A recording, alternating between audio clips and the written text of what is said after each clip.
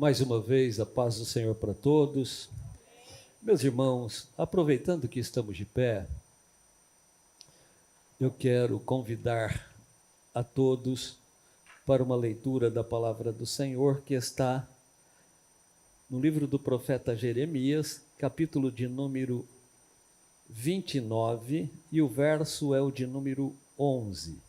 Nós vamos fazer a leitura na tradução Nova Versão Internacional, e até parece, João, que há uma conexão entre o que iniciaremos hoje com aquilo que a gente viu no mês de outubro, de setembro.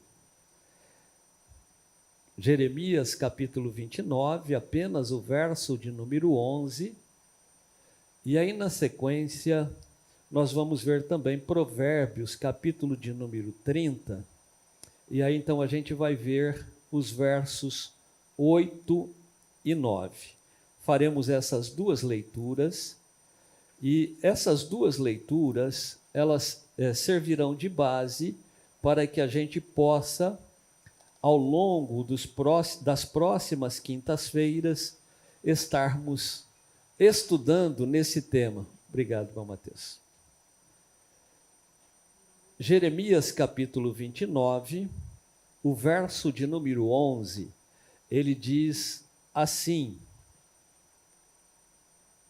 olha o que diz Jeremias 29, 11, porque sou eu que conheço os planos que tenho para vocês, diz o Senhor, planos de fazê-los prosperar e não de lhes causar danos, planos de dar-lhes esperança e um futuro.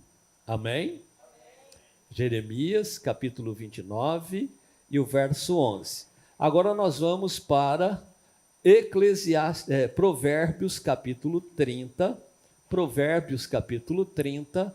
Nós vamos ver aqui os versículos 8 e 9. Provérbios de Salomão, capítulo 30, os versos 8 e 9, que diz assim, olha, mantém longe de mim a falsidade e a mentira, não me des nem pobreza, nem riqueza, dá-me apenas o alimento necessário, senão, tendo demais, eu te negaria e te deixaria e diria, quem é o Senhor? Se eu ficasse pobre, poderia vir a roubar, desonrando assim o nome do meu Deus. Amém? Podem tomar assento, irmãos. Como eu disse a vocês, nós estamos estudando nessas próximas semanas, ainda não temos definido quantas semanas, pois é o nosso Deus quem vai dirigindo-nos. O certo é que a gente faz o plano, mas quem assina, por último, é Deus. A gente planeja falar aí pelas próximas 6 ou 7 quintas-feiras, mas Deus é quem sabe na medida em que o assunto vai se desdobrando. O certo é que Deus colocar em meu coração praticamente numa sequência daquilo que vimos no mês passado, sobre a verdadeira prosperidade. Quando a gente diz sobre a verdadeira prosperidade, é porque subentende que há uma prosperidade que ela não é verdadeira, ela acaba sendo uma prosperidade que aparentemente o é, mas na essência acaba não sendo, porque muitas pessoas confundem prosperidade apenas com bens materiais, com riquezas, e isto é um equívoco. A gente também percebe que nesses últimos dias, inclusive algumas igrejas, elas apenas se ocupam e se preocupam em pregar a prosperidade do ponto de vista material, horizontal. Inclusive chegam a até dizer, olha, se você não é próspero, é sinal de que você está em pecado. É sinal de que você precisa se consertar com Deus.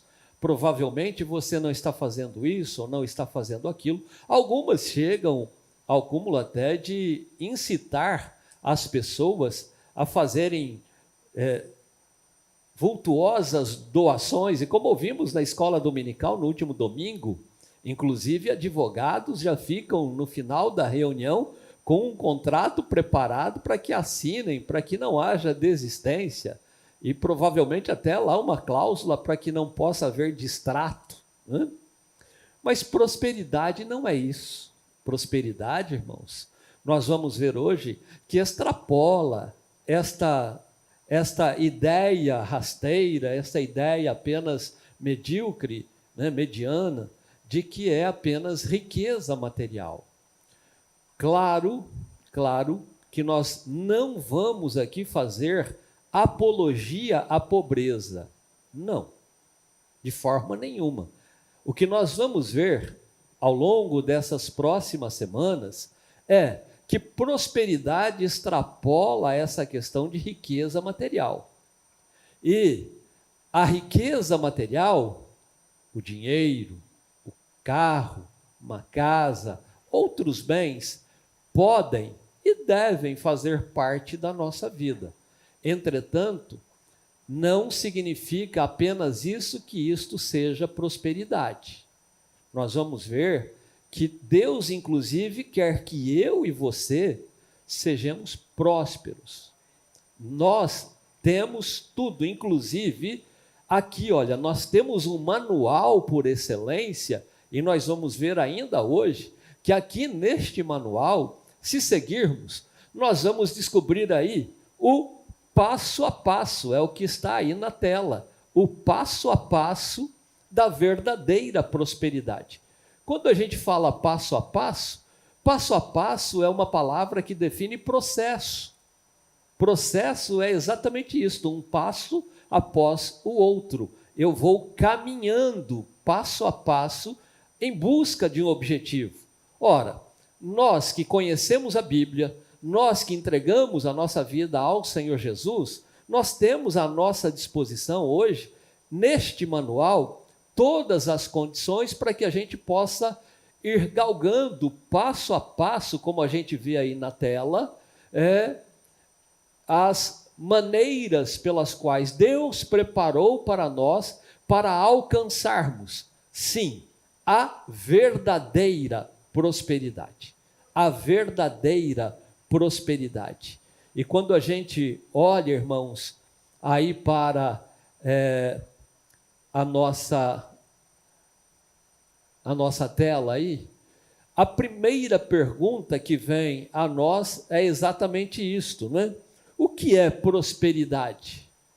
Porque, como eu já disse, algumas pessoas, Paulo, entendem prosperidade apenas como riqueza. Mas o que é, então, prosperidade?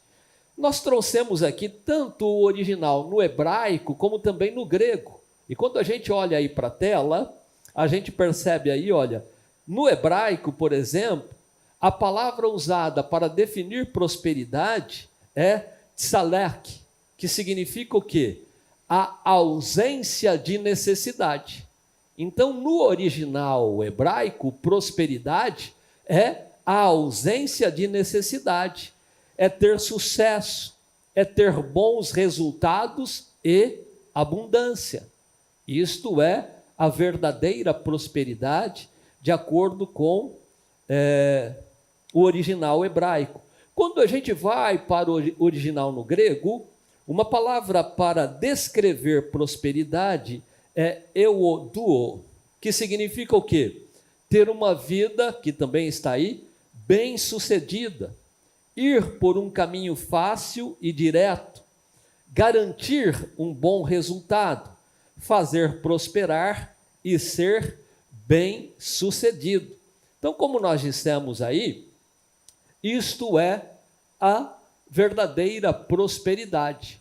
Em outras palavras, e quando a gente olha aí na definição, lá no hebraico, prosperidade significa a ausência de necessidade. Talvez exatamente por esta razão, né, que Salomão diz aqui no capítulo 30 do livro de Provérbios, o verso de número 8, na parte B, ele diz assim, olha, não me des nem pobreza, nem riqueza. Nem pobreza, nem riqueza. Dá-me apenas o alimento necessário. E aí ele continua dizendo, olha, se não tendo demais, não. Se não tendo demais, eu te negaria e te deixaria, e diria, quem é o Senhor? Eu abro aqui um parênteses para dizer uma coisa a vocês. Na verdade, uma pergunta para vocês refletirem. Aonde é mais fácil a gente plantar o Evangelho? Lá para os ribeirinhos do território amazônico, aonde não chega nenhum ônibus, não chega trem, o que chega é apenas aviões de pequeno porte, na maioria das vezes ainda tem que ser um avião que possa pousar em água, um avião hídrico, ou então aquelas pequenas embarcações que eles chamam lá de voadeira. Não é? Onde é mais fácil a gente plantar o Evangelho? Nesse povo ou lá nos Estados Unidos, em Nova York, em Hollywood, lá na Califórnia? Onde será que é mais fácil? Ora, irmãos, tem gente que pensa que ser missionário nos Estados Unidos é mamão com açúcar. Me perdoem a expressão, mas para definir, não é que é uma coisa boa, tranquila, né? Principalmente, Leandro, se no mamão a gente colocar leite condensado no lugar do açúcar. Mas, que tem 500 mil calorias, né, João? Mas tem gente que acha que evangelizar nos Estados Unidos é fácil. Não. Irmãos, aqui Salomão já tinha deixado muito claro. Olha, se eu tenho demais, eu te negaria e te deixaria e diria, quem é o Senhor? Na verdade, eu não preciso dele. Eu tenho tudo. E eu confundo, então, o Senhor com a minha riqueza. Na verdade, eu até coloco a minha riqueza acima do Senhor, porque eu tenho tudo o que preciso e mais um pouco. E aí então a gente nem se lembra do Senhor. Agora, quando você vai lá para os ribeirinhos do território amazônico, ou então lá para o Vale do Jequitinhonha, para o sertão árido lá do Ceará, lá na região de Quixeramobim, né? Aí então a pessoa ela olha assim e diz, eu preciso isso, mas a quem eu vou recorrer? Eu não tenho aonde tirar, eu não tenho aonde pegar. E então ela vai buscar aonde? Em Deus. Aí então ele vai na fonte da riqueza, ele vai na fonte aonde ele pode.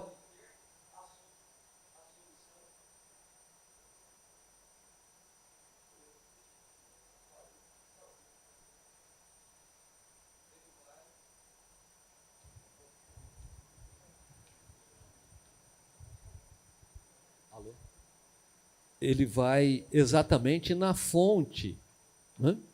Irmãos, quando aqui a gente sente um mal súbito, quando a gente sente aqui um problema de saúde, a primeira coisa que vem na nossa cabeça é usar o quê?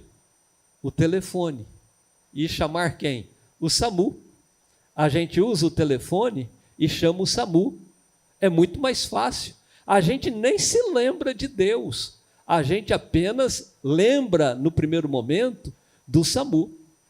E aí, então, se o SAMU não aparecer, se a pessoa que está lá trabalhando no SAMU disser, olha, não sei o que a gente pode fazer, aparentemente não há solução. Aí, então, a pessoa vai recorrer ao Senhor. Mas, em primeiro lugar, ele vai recorrer ao SAMU. Então, a gente, infelizmente, tem que concordar com Salomão quando ele diz, olha, não me des nem riqueza, mas também não me dê pobreza, porque se eu for ficar pobre, aí eu corro o risco de querer pegar aquilo que não é meu, vou desonrar o Senhor, né? Agora, irmãos, nós vamos ver que ter bens materiais, riquezas, de maneira honesta, de maneira coerente, é bíblico, inclusive. E Deus deixou para nós aqui vários exemplos de pessoas que foram muito bem-sucedidas. E eu digo com frequência que nesses últimos dias em que nós estamos vivendo, e aí, Mário, mais uma vez eu tenho que lembrar, nós somos sim, eu acredito piamente nisso, os missionários da última hora. E como somos os missionários da última hora, Deus está recrutando parceiros, Deus está recrutando pessoas despojadas que estão usando aquilo que Deus colocou nas mãos dele para que ele fosse mordomo, porque a riqueza que nós temos, irmãos, ela não é nossa. Aquilo que nós possuímos vem de Deus, nós vamos ver hoje ainda, é Deus que nos concede e coloca-nos como mordomos. Por isso que a gente não pode gastar o dinheiro naquilo que não é pão, por isso que a gente não pode desperdiçar, porque não é nosso, a gente é apenas um administrador, a gente é apenas mordomo, a gente está cuidando daquilo que não é nosso, e vamos prestar conta. Agora, a gente, irmãos, precisa lembrar que a verdadeira prosperidade, como vimos aí, é ter uma vida bem-sucedida, ir por um caminho fácil e direto, porque infelizmente tem muitas pessoas, vocês já ouviram falar, ele está virando em círculo, ele patina e não sai do lugar. Por quê? Porque essa pessoa ainda não conseguiu descobrir na fonte da riqueza, na fonte da prosperidade, o passo a passo para ser bem-sucedido. Porque quando a gente segue aquilo que o manual do fabricante nos ensina, a gente deixa de dar voltas em círculo, a gente vai para um caminho direto, a gente vai para um caminho mais fácil, para um caminho que a gente consegue atingir o objetivo com menos dificuldade, né? Para quê? Para que a gente possa garantir um bom resultado, para fazer prosperar e também para ser bem-sucedido. E quando a gente volta agora aqui para Jeremias, capítulo 29, 11, eu me lembro que na quinta-feira passada, o irmão João deixou muito claro isso, e também en passant falou no domingo, na nossa escola bíblica dominical, que o povo escolhido por Deus, o povo de Israel, infelizmente eles abandonaram ao Senhor. Eles deixaram de seguir aqui o mandamento. Eles deixaram de seguir o manual do fabricante. E por terem virado as costas para o Senhor, eles pagaram um preço muito grande. Eles pagaram um preço muito alto. Foram levados cativos, foram levados como escravos, mas o Senhor, como é longânimo, como Ele é misericordioso, como Ele quer o nosso melhor, como Ele está sempre pronto para nos ajudar, para nos perdoar, para nos aceitar, para nos abraçar, para nos fazer bem-sucedidos, aí então Ele pede para que Jeremias escreva aqui uma carta aos exilados, aqueles que estão em terra distante, e diz exatamente isto: olha, porque sou eu que conheço os planos que tenho para vocês, diz o Senhor. E aí ele continua dizendo: planos de fazê-los prosperar. Então, irmãos, o plano de Deus para mim e para você é nos fazer prósperos. Agora, tem gente que não é próspero? Tem. Por quê? Primeiro, porque não segue o passo a passo do manual. Ponto. Segundo, é porque infelizmente tem algumas pessoas que não estarão preparadas para administrar aquilo que Deus coloca nas suas mãos. Isso nós veremos daqui a pouquinho. Mas seguindo, irmãos, e aí, deixa eu ver se eu consegui, João, estou ficando bom, hein? Um mês longe já fica meio destreinado, né?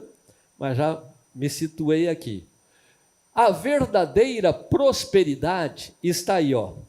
lá na segunda carta que Paulo escreve aos Coríntios, no capítulo de número 9 e o verso de número 10, não sei se vocês conseguem ler aí, mas Paulo escreve assim, olha, para que em tudo enriqueçais para toda a beneficência, a qual faz que por nós se deem graças a Deus.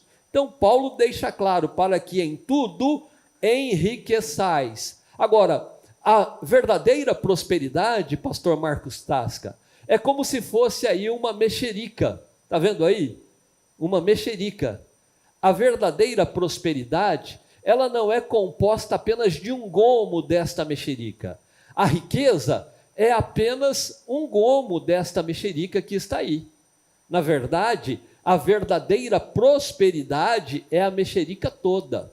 Querem um exemplo? Eu me lembro que eu preguei não faz muito tempo aqui em Vila Nova, sobre a honra que abre as portas para a prosperidade.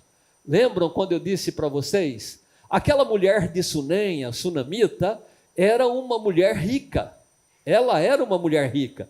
Tanto é que o profeta, depois que ela constrói aquele quartinho para ela, que ele tinha um lugar para parar quando estava passando por Sunem, ele olha e diz a Geazi, olha, vê com ela o que a gente pode fazer por ela, a gente quer retribuir o que ela fez por mim. Ela construiu um quarto, colocou aqui uma cama, colocou uma mesa, colocou uma cadeira, colocou aqui um candeeiro, não é? Uma lâmpada. Eu quero retribuir para ela o que ela fez por mim. E aí ele disse, o que eu posso fazer por ti?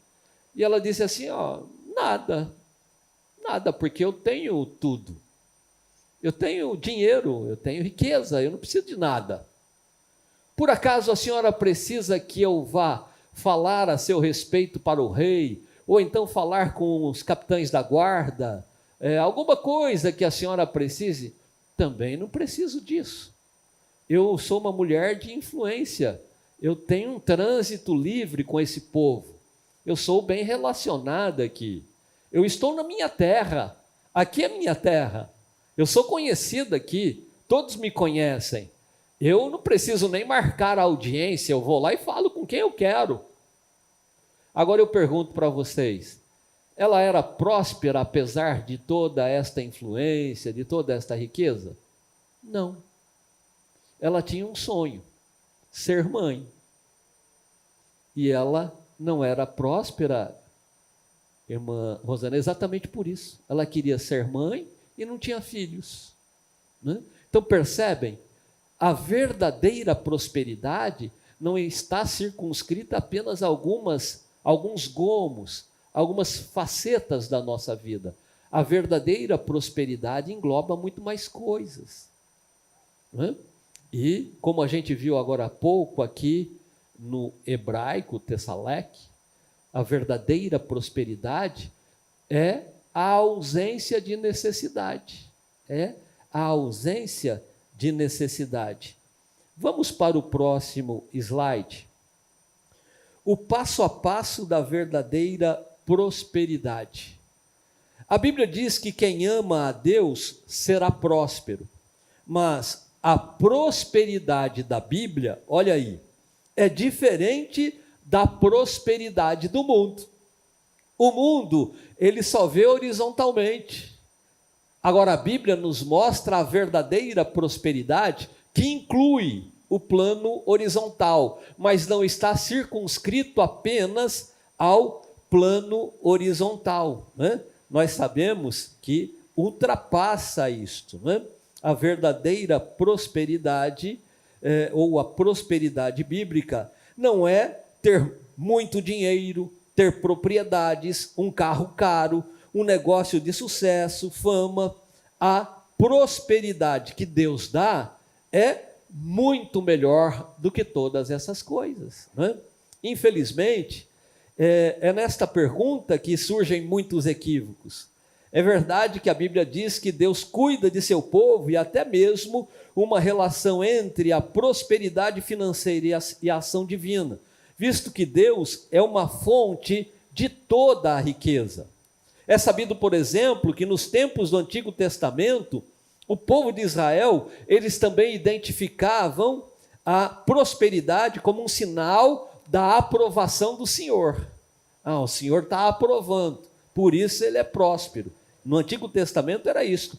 A própria aliança de Deus com os israelitas contemplava essa conexão entre a bênção e a obediência, que nós também vamos ver daqui a pouquinho, mas de maneira mais profunda na próxima quinta-feira.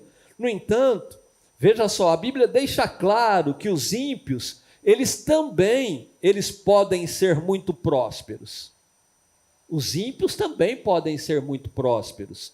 Isso significa que Deus, ele concede uma prosperidade sem distinção de pessoas.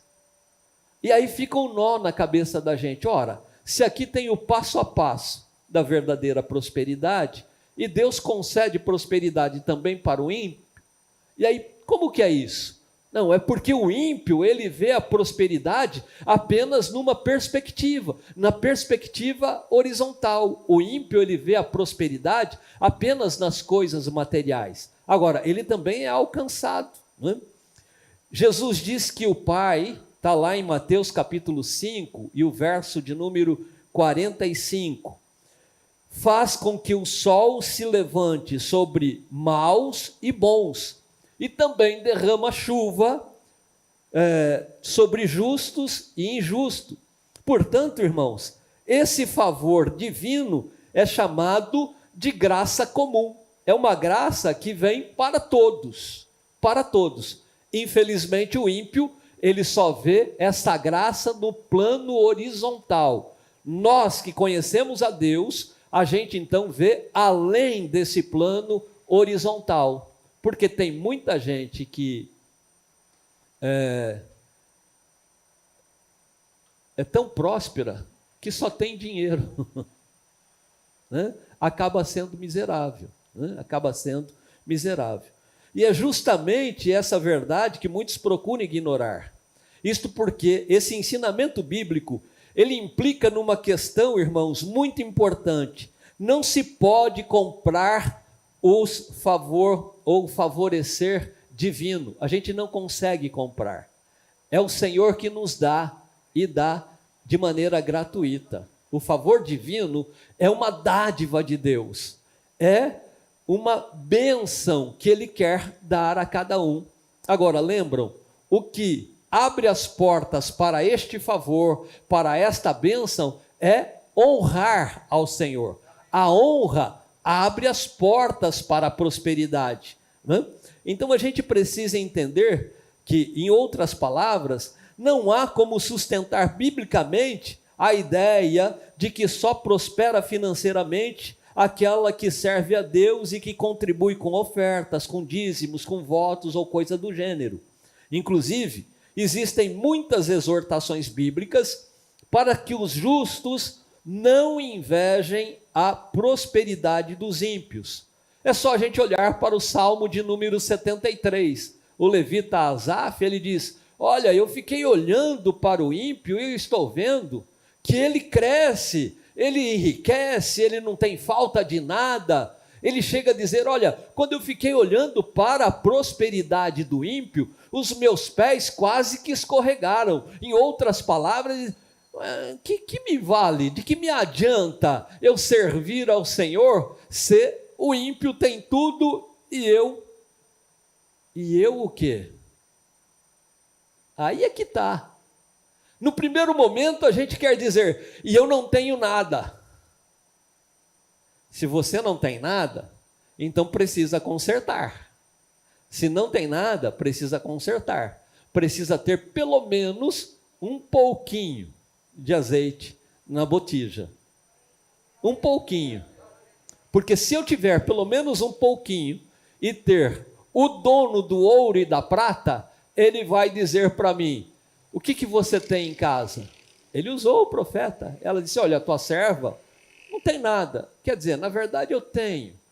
eu quase que não considero como alguma coisa, porque é só um pouquinho de azeite. Eu falo, não, então tá bom, ué. O que não pode é estar zerado. O que não pode é estar zerado. Mas se tiver um pouquinho, aí então o Senhor entra em ação. E aí, Asaf, ele pôde compreender isso, irmã Cris, quando ele disse assim, eu fiquei olhando para o ímpio e eu fiquei decepcionado.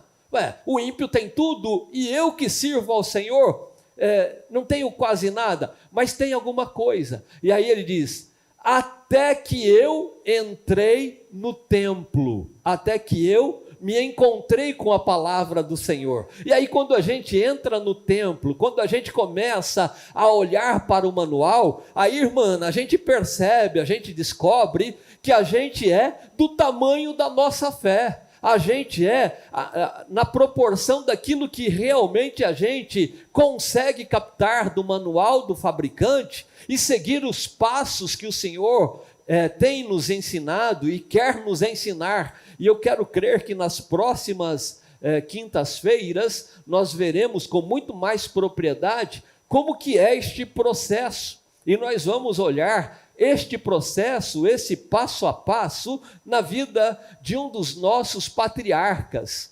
Isaac. Isaac vai ensinar a cada um de nós exatamente como que funciona isto, né? Exatamente como funciona isto.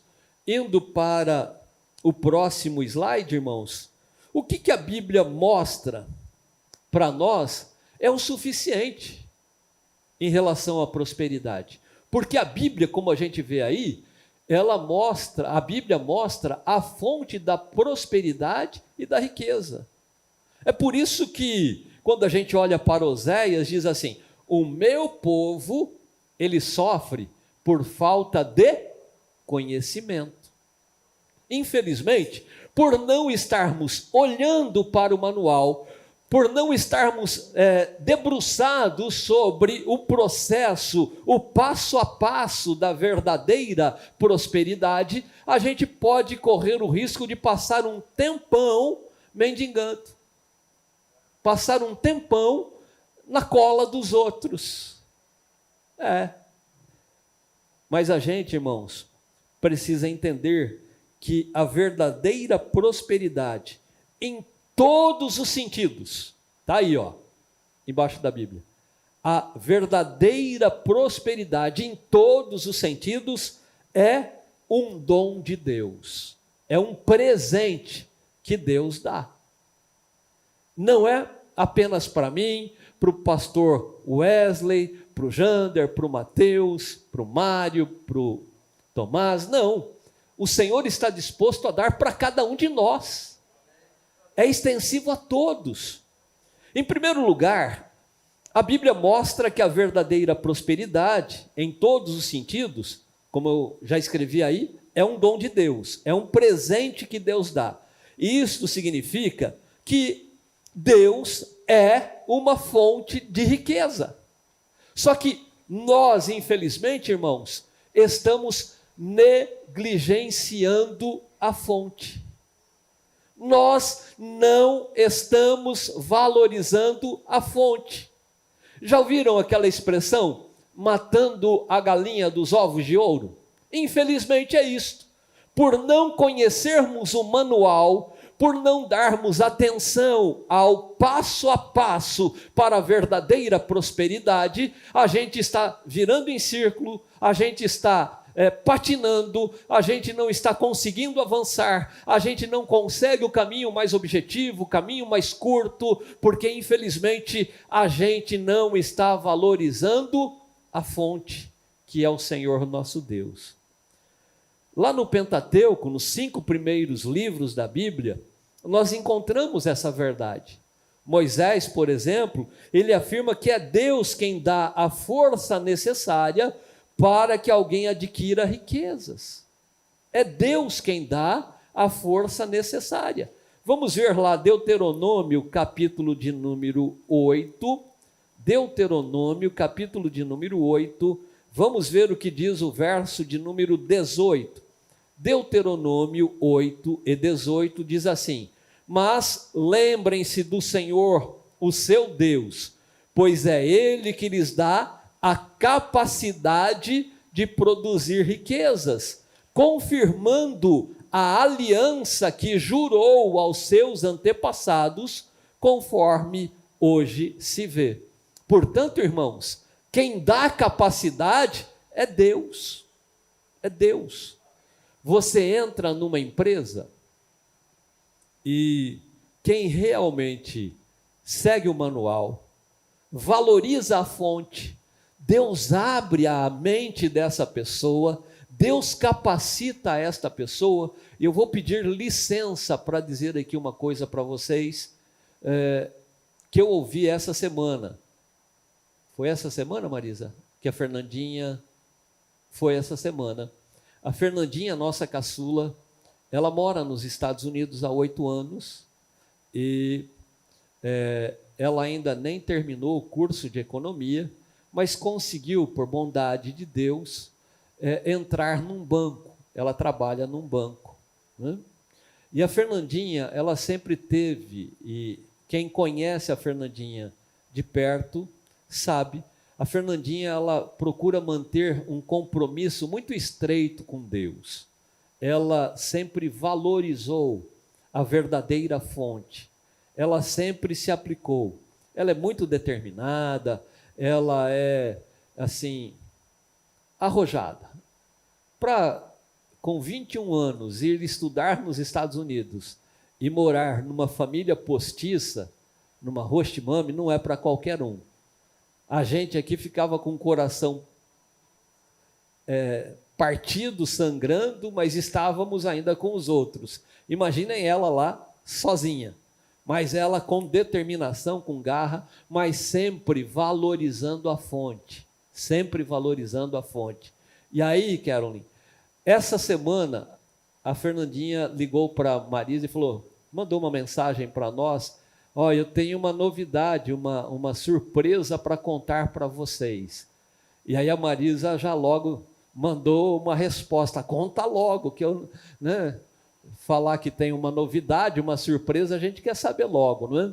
E aí ela também não aguentou, porque a gente fala todo dia a hora que ela sai do banco, mas aquele dia ela falou, calma que eu estou atendendo um cliente. E assim que terminou de atender o cliente, ela mandou, a minha gerente me procurou e disse assim, Fernanda, nós queremos dar um aumento para você de mais de 10% do que você ganha. E todas as pessoas com as quais ela trabalha, ela está nesse banco há 7 para 8 meses, todas as pessoas com as quais ela trabalha, olha e diz assim, você está há mais de 2 anos aqui? Quantos anos faz que você trabalha aqui? Um dos gerentes, porque ela saiu de um banco e foi para uma outra agência, e aí aquele novo gerente, Mário, olhou e disse, você está há quantos anos no banco? Ela disse, não, eu estou há 7 meses. Não creio. Ela, sim, estou há 7 meses. Olha, eu estou usando os seus relatórios, eu estou usando aquilo que você faz como modelo para pessoas que estão aqui no banco há muitos anos. E uma colega dela de trabalho disse, olha, eu estou há, não me lembro agora quantos anos, mas muito tempo, não é? Acho que mais de 5 anos, 7 anos, uma coisa assim. Ela disse, eles me dão de vez em quando um aumento de centavos de dólar. Centavos de dólar. O que é isso, irmãos? É saber, aprender a valorizar a fonte, a saber que a fonte da nossa prosperidade é Deus. É Deus, e a gente descobre aonde? Aqui na Bíblia. É que infelizmente a gente quer ler Lair Ribeiro, nada contra, pode ler. A gente quer ler as experiências do coaching esse, o coaching aquele. Irmãos, o melhor coaching é Jesus. A melhor fonte de inspiração é a Bíblia Sagrada. Você pode ler Pai Rico, Filho Rico, pode ler o que você quiser, mas se você não seguir o que está escrito aqui, esse dinheiro vai para quem fez o livro e vai vender o livro para você. Agora, você não vai conseguir ficar rico.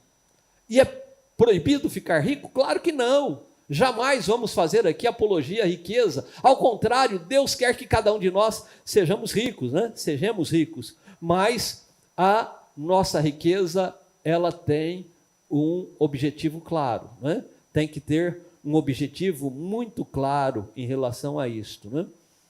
E quando a gente olha ainda para o rei Davi, quando ele louva ao Senhor e confessa que toda a sua riqueza estão sob o controle de Deus.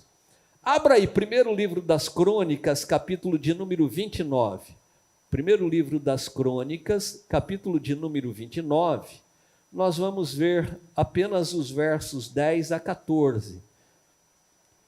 A oração de Davi. Olha a oração que Davi fez. Davi louvou ao Senhor na presença de toda a assembleia, dizendo: Bendito sejas, ó Senhor Deus de Israel, nosso Pai, de eternidade a eternidade. Teus, ó Senhor, são a grandeza, o poder, a glória, a majestade e o esplendor, pois tudo que há nos céus e na terra é teu. Teu, ó Senhor, é o reino, tu estás acima de tudo. E olha o que ele diz, verso de número 12: a riqueza e a honra vêm de ti, tu dominas sobre todas as coisas, nas tuas mãos estão a força e o poder para exaltar e dar força a todos. Agora, nosso Deus, damos-te graças e louvamos o teu glorioso nome.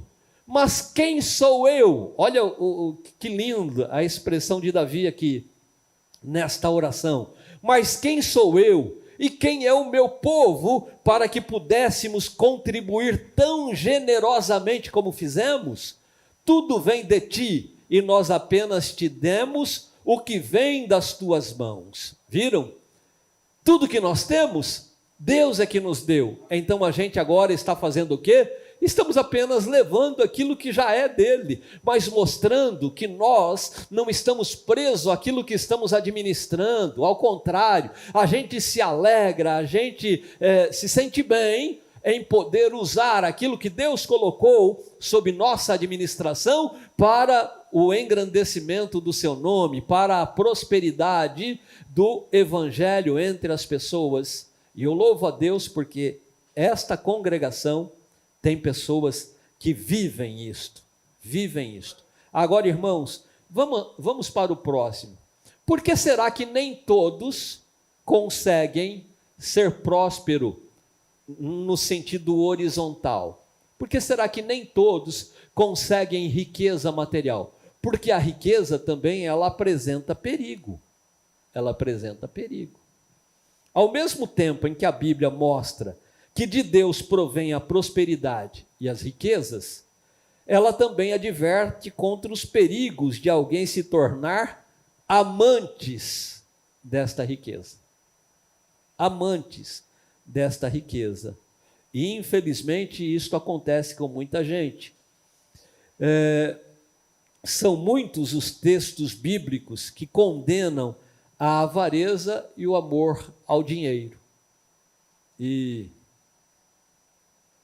eu vou abrir parênteses para dizer um testemunho que eu vi aqui dessa igreja, de uma irmã, quando ela disse: olha, quando chegava o dia de dar o dízimo, eu falava: não, Deus não precisa disso tudo, eu vou dar só esse pedacinho aqui, né? E ainda dava com o coração apertado, até que ela entendeu de que ela estava apenas administrando, e de quanto mais ela entendesse o que Davi quis dizer aqui na sua oração, mais as bênçãos de Deus fluiriam na direção dela e da sua família. E hoje eles são constantemente surpreendidos por Deus com bênção sobre bênção.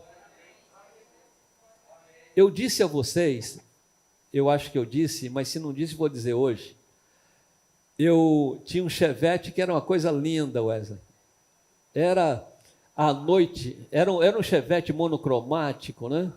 À noite, Mário, quando eu ligava a luz, o painel parecia uma árvore de Natal. Eu ficava dirigindo, Paulo, e olhando aquele painel, que coisa linda. E eu era casado de novo, João, e a Marisa é a mais velha de 9. E quando eu vinha com o Chevette aqui para Campinas, a gente morava continuamos morando, né? Mas a gente já morava em Vinhedo. Quando eu vinha com o Chevette aqui para Campinas, aí, óbvio, os irmãos dela, e ela é a mais velha, subiam todos no Chevette. O banco, Mário, era banco de veludo. E eles subiam com o pé, tudo sujo de poeira e tal.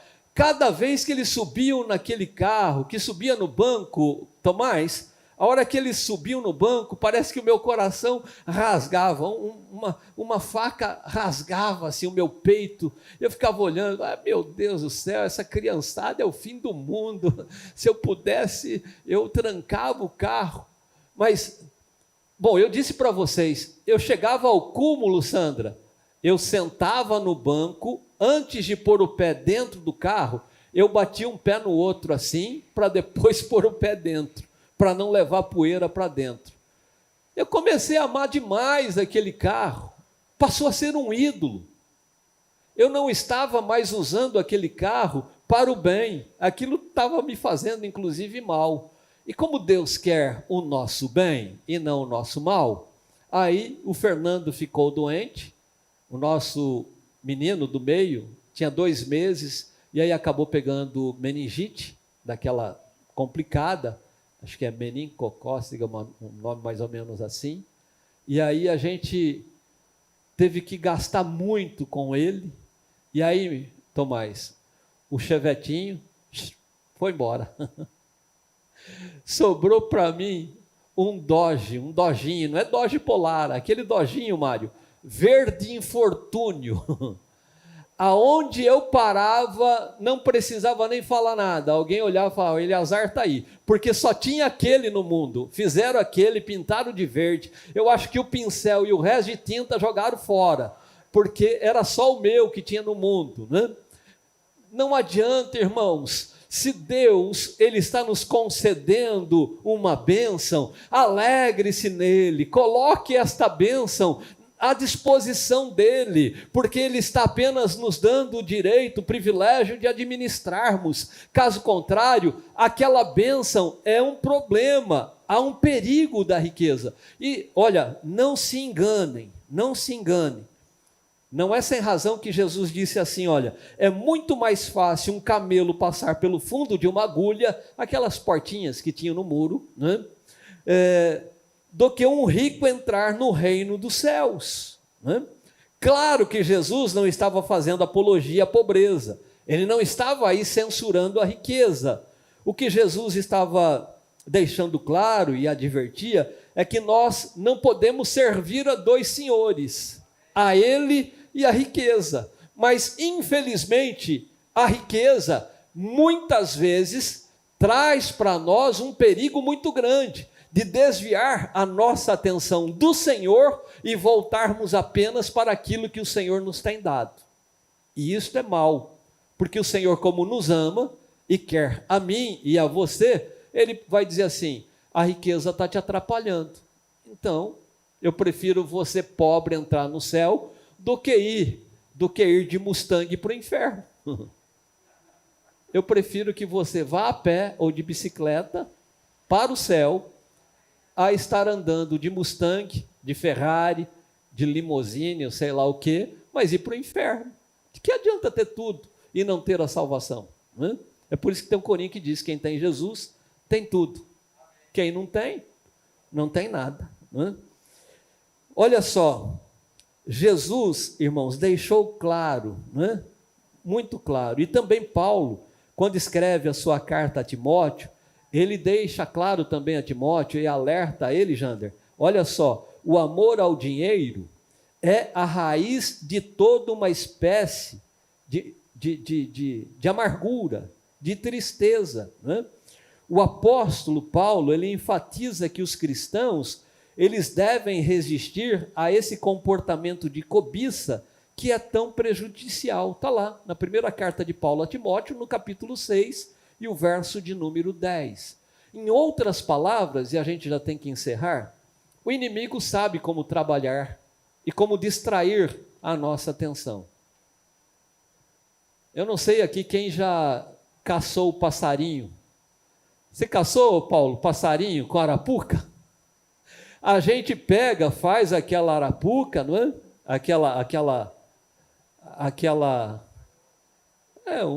Uma casinha, né? Coloca lá um pauzinho, né? Um galinho, né?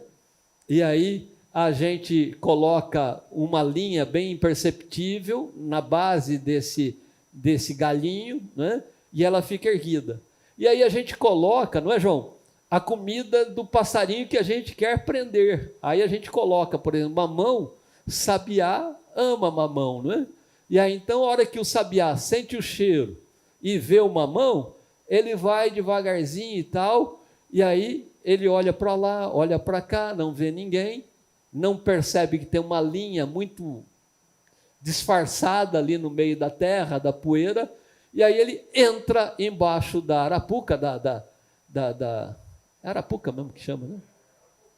Arapuca. Para comer um mamão. A hora que ele está lá, comendo mamão, se distraindo com aquele banquete, quem está lá para caçar o passarinho, só faz assim, ó, puxa a cordinha, a arapuca cai e o passarinho ficou preso. Vocês acham que o diabo não faz isso com a gente? Direto. É a especialidade dele, armar arapuca para a gente. É a especialidade dele. A Bíblia diz que ele veio para matar, para roubar e para destruir. E ele não quer a nossa prosperidade. Ele quer nos enganar com uma falsa prosperidade, com um banquete, com um mamão bonito, que vai servir apenas para nos prender, para nos amarrar, para nos isolar daquilo que Deus tem para cada um de nós. Vamos para o próximo, porque a gente tem que terminar. Qual que é o verdadeiro padrão bíblico de prosperidade? A verdadeira prosperidade, irmãos, está na obra redentora de Cristo. Com a vinda de Jesus Cristo, uma perspectiva acerca da verdadeira prosperidade acabou ganhando outro foco no Novo Testamento. Outro foco. A chegada do reino de Deus em seu caráter espiritual acabou fazendo o quê? Revelando que a verdadeira prosperidade não está relacionada ao sucesso de uma vida financeira ou a bens terrenos. Ao contrário, por diversas vezes, o Senhor Jesus repreendeu os religiosos por sua associação equivocada ao sucesso terreno em detrimento da aprovação divina. Ele censurou por várias vezes. Para um povo que se considera peregrino nesta terra, somos nós, e que almejamos como glória de uma pátria celestial, irmãos, ficar preocupado apenas com o que está aqui é ser medíocre, é ser pobre demais, não é? Nós precisamos ter uma perspectiva mais ampla. A gente, ao olhar para o padrão bíblico de prosperidade, ao buscarmos na fonte, que é o Senhor nosso Deus, a verdadeira prosperidade, então a gente passa a ver o céu. E ao ver o céu, a gente sabe que tudo que a gente tem aqui é passageiro. Nós não vamos levar nada. Nós não vamos conseguir levar absolutamente nada, não é? Olha o que o Senhor Jesus diz lá em Mateus 6, do 19 ao 21. Não acumulem para vocês tesouros na terra, onde a traça e ferrugem destroem, e onde os ladrões roubam e furtam. Mas acumulem para vocês tesouros no céu, onde a traça e a ferrugem não destroem, e onde os ladrões não roubam nem furtam, pois onde estiver o seu tesouro, aí também estará o seu coração. Então, irmãos, nós precisamos entender de uma vez por todas, né? E de fato, olha o que Paulo diz na sua primeira carta a Timóteo, no capítulo 6, os versos 6 a 8, que está aí na tela. De fato, a piedade com contentamento é grande fonte de lucro. Então, o nosso lucro, a nossa riqueza, a nossa verdadeira prosperidade é a piedade com contentamento. Uma vez eu estava ministrando sobre aquele que estava descendo de Jerusalém para Jericó, foi assaltado, deixaram ele quase morto à beira da estrada. Primeiro descem os religiosos, depois os levitas e por último o bom samaritano. O religioso é aquele que diz assim: olha, o que é seu, o que é meu é meu. Então eu passo de largo, porque o que é seu, o que é meu é meu. Aí vem a outra categoria, os levitas. Aí eles já são um pouco mais cruéis. O que é meu, o que é seu vai ser meu se eu puder tirar. Mas ainda bem que nós temos o bom samaritano. Deus, a fonte da verdadeira prosperidade. E aí Deus diz para nós, Tomás, o que é seu, e o que é meu poderá ser seu, se você precisar dele. Esse é o padrão que nós devemos imitar. O que é seu, e o que é meu poderá ser seu, se você precisar dele. Porque olha, nada trouxemos para este mundo e dele nada podemos levar. Por isso, tendo o que comer e com o que vestir-nos, estejamos satisfeitos. E aí, irmãos, eu já encerro, porque a nossa hora passou. Nós vamos, a partir da próxima quinta-feira, estudarmos os passos da verdadeira prosperidade. Nós vamos, como está ali, aprender com Isaac, um dos nossos patriarcas, como é que a gente vai dar esse passo a passo para a verdadeira prosperidade. Aqui a gente vai elencar apenas 7, e não tem nada a ver com, porque é o número 7, porque também eu não gosto dessa coisa de 12 semanas para isso, 7 dias para aquilo. Eu acho isso daí uma macumba gospel, Na verdade é 7 porque é 7, Podia ser 8, podia ser 6, Mas a gente vai estudar nas próximas quintas-feiras, Cris, pelo menos 7 passos que Isaac dera para ir na construção, na direção da construção da verdadeira prosperidade. E aí, vocês estão enxergando aí os 7? Então vamos contar até 3 e vamos ler juntos, tá? 1, 2, 3. Primeiro passo, qual que é? Obedecer ao Senhor. Segundo passo, semear no lugar certo. Terceiro passo, perseverar com firmeza. Quarto passo, subir para Berseba. Quinto passo, edificar um altar. Sexto passo, armar sua tenda. Sétimo passo, cavar um poço. Cada uma dessas ações tem uma profundidade muito grande, irmãos. Cada uma dessas ações tem uma profundidade muito grande. Portanto, o primeiro passo que nós veremos na semana que vem é obedecer ao Senhor.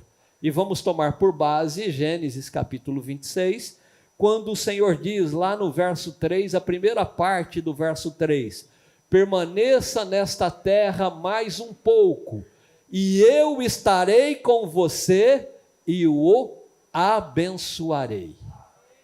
Então nós vamos ver como vale a pena obedecermos ao Senhor. Quer ser próspero? Próxima semana vamos dar o primeiro passo para a verdadeira prosperidade. E para isso a gente precisa obedecer ao Senhor. A próxima Academia Bíblica é no próximo dia 14, e que Deus abençoe a todos. Amém?